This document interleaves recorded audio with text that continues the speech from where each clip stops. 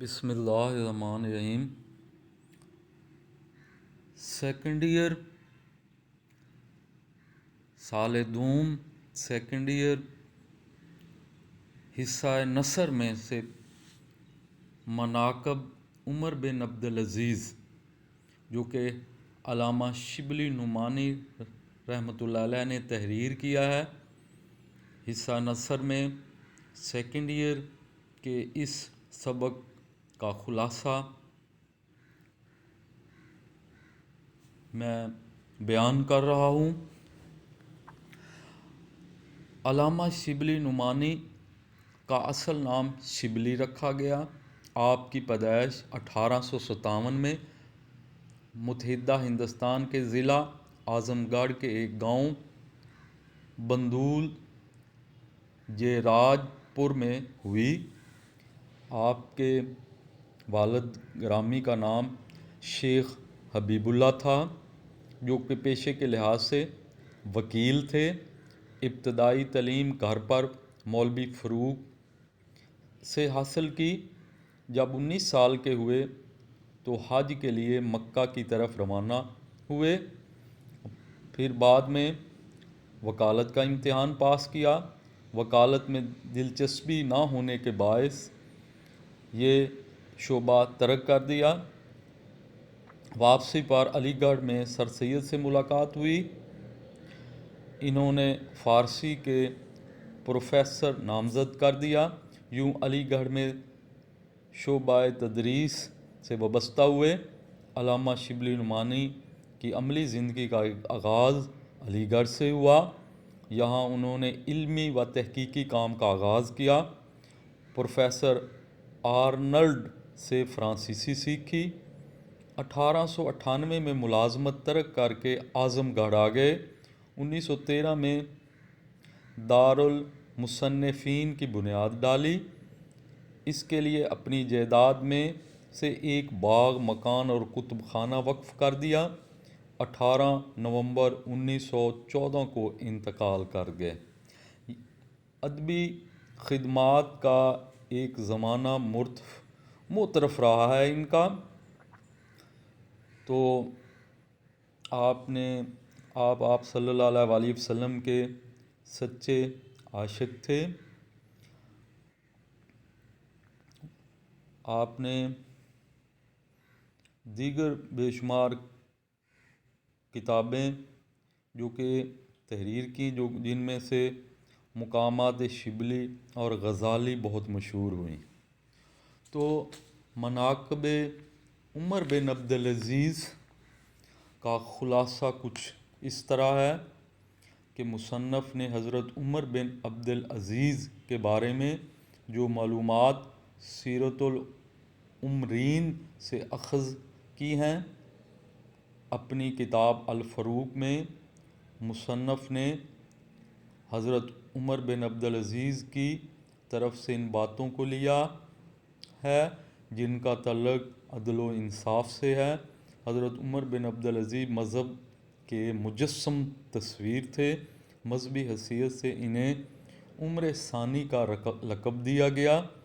غیر مذہب والوں کے ساتھ ان کا طرز عمل ان کی شخصی حالت نہیں بلکہ مذہب اسلام کا اصلی طرز عمل ہے۔ ان کے اس طرز عمل کے متعلق ایک واقعہ یوں ہے کہ حماس کا ایک عیسائی یہ شکایت لے کر آیا کہ خلیفہ ولید بن عبد المالک کے بیٹے عباس نے اس کی زمین پر زبردستی قبضہ کر لیا ہے۔ تحقیق مکمل ہونے پر عیسائی نے کہا کہ میں خدا کی تحریر کے مطابق فیصلہ چاہتا ہوں۔ اس پر عمر بن عبدالعزیز نے وہ زمین عیسائی کو دلا دی۔ ان کا ایک اور کارنامہ بنو امیہ کی ناجائز کارروائیوں کو ختم کرنا تھا۔ یہ آسان کام نہ تھا، لیکن انہوں نے اس کی کچھ پرواہ نہ کی۔ خاندان نے ان کی پھوپھی کو سفیر مقرر کر کے ان کے پاس بھیجا۔ انہوں نے عمر بن عبدالعزیز سے کہا کہ ایسا کرنے سے بغاوت ہو جائے گی۔ عمر بن عبدالعزیز نے کہا کہ میں قیامت کے سوا اور کسی دن سے نہیں ڈرتا۔ وہ جاگیریں جو خود عمر بن عبدالعزیز کے قبضے میں تھیں۔ ان کا فیصلہ کرنے کے لیے بڑے بڑے علماء یعنی مکحول، میمون بن مہران اور ابو قلابہ کو بلایا اور کہا کہ ان جگیروں کی نسبت آپ لوگوں کی کیا رائے ہے؟ مکحول نے دب کر جواب دیا۔ میمون نے مشورہ دیا کہ اپنے بیٹے عبد المالک کو بلا لیجئے۔ صاحبزادہ نے کہا سب واپس کر دینی چاہیے ورنہ آپ کا شمار بھی انہی ظالموں میں ہوگا۔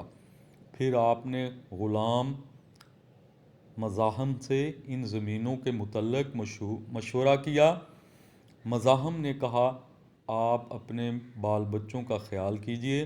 مزاحم نے خاندانی جگیروں سے دستبردار ہونے کے فیصلے کے بارے میں ان کے بیٹے عبد المالک سے کہا۔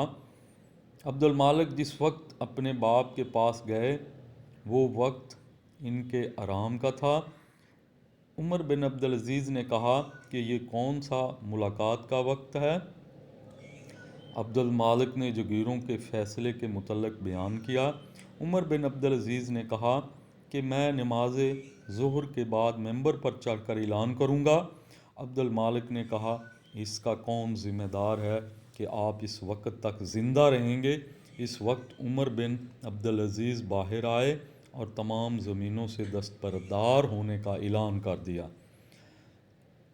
ابن سلیمان اپنی زمین چھن جانے پر عمر بن عبدالعزیز کے پاس آئے اور احتجاج کیا۔ عمر بن عبدالعزیز ابن سلیمان سے بہت پیار کرتے تھے، پھر بھی انہوں نے فیصلہ برقرار رکھا اور کہا کہ میں نے تو اپنے نفس کے ساتھ بھی یہی برتاؤ کرتا ہوں۔ بنو امیہ نے آزادی اور حق گوئی کا استحصال کر دیا تھا۔ عرب آزادی پسند قوم ہیں، اگرچہ عبد المالک کے اس اعلان کے بعد کہ کوئی شخص اس کی بات پر روک ٹوک نہ کرے گا ان کی زبانیں بند نہ ہوئی تھیں، لیکن عمر بن عبدالعزیز نے اس بدعت کو بالکل مٹا دیا اور عدالت میں دو متعددین اور ریاست باز شخص اس کام پر مقرر کیے کہ اگر ان سے کوئی غلطی سرزد ہو تو انہیں فوراً ٹوک دیں۔ اس لیے لوگ بے باکی سے ان کے افعال اور اقوال پر نکتہ چینی کر لیتے تھے۔ آج کل لوگ غیر مذہب کے لوگوں سے نفرت کو مذہبی جوش خیال کرتے ہیں، لیکن عمر بن عبدالعزیز جو ہمہ مذہب تھے ان کا طرز عمل اس کے خلاف تھا۔ ایک واقعہ سند ابن جوزی نے یوں نقل کیا ہے کہ مسلمہ بن عبد المالک نے گرجا کے متولین کے مقابلے میں مقدمہ دائر کیا۔ عیسائی فریق اجلاس میں حسب قاعدہ کھڑے ہوا کرتے تھے، لیکن مسلمہ بیٹھ کر گفتگو کرتا تھا۔ عمر بن عبدالعزیز نے اس طرز عمل کی مخالفت کی اور کہا کہ تم بھی کھڑے ہو کر مقدمہ سنا کرو، اور آخر میں مقدمے کا فیصلہ بھی عیسائیوں کے حق میں کیا۔ عمر بن عبدالعزیز جب عیسائیوں کے گھر مہمان ہوا کرتے تو ان کے کھانے کی قیمت ادا کر دیا کرتے تھے۔ اپنے مقبرے کے لیے جو زمین پسند کی وہ ایک عیسائی کی تھی۔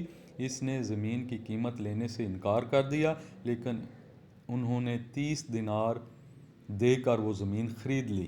جمہوریت اور مساوات کے اصول پر عمل کرتے ہوئے عام لنگر خانے کو 1 درہم روزانہ بھیج دیا کرتے تھے اور عام لوگوں کے ساتھ ہی کھا لیتے تھے۔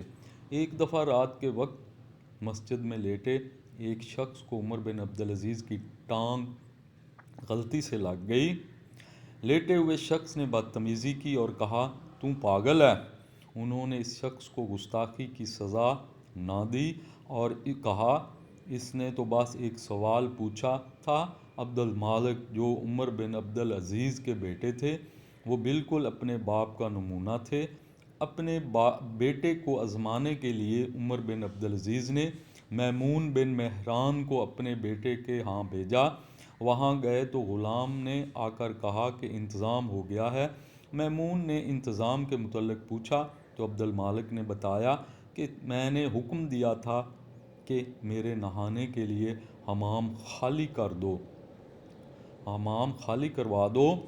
میمون نے عبد المالک سے کہا کہ میری رائے تمہارے متعلق بڑی اچھی تھی، لیکن اب اس میں فرق آ گیا ہے، تم بھی عام لوگوں کے برابر ہو۔ عبد المالک نے کہا کہ آئندہ ایسا نہیں کروں گا۔ خلفائے بنی امیہ کی دولت مندی کا یہ حال تھا کہ جب ہشام بن عبد المالک نے وفات پائی تو اس کے ترکے میں صرف اولاد کو جس قدر نقدی اور وراثت میں ملی، اس کی تعداد 1,10,00,000 دینار تھی۔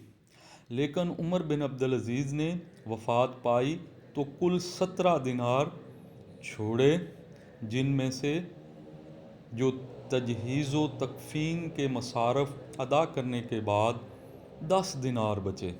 غرض عمر بن عبدالعزیز کی خلافت اس اصول کا نمونہ تھی جو اسلام نے قائم کیا تھا، اسے سلاطین بنی امیہ و عباسیہ میں تلاش کرنا بے فائدہ ہے۔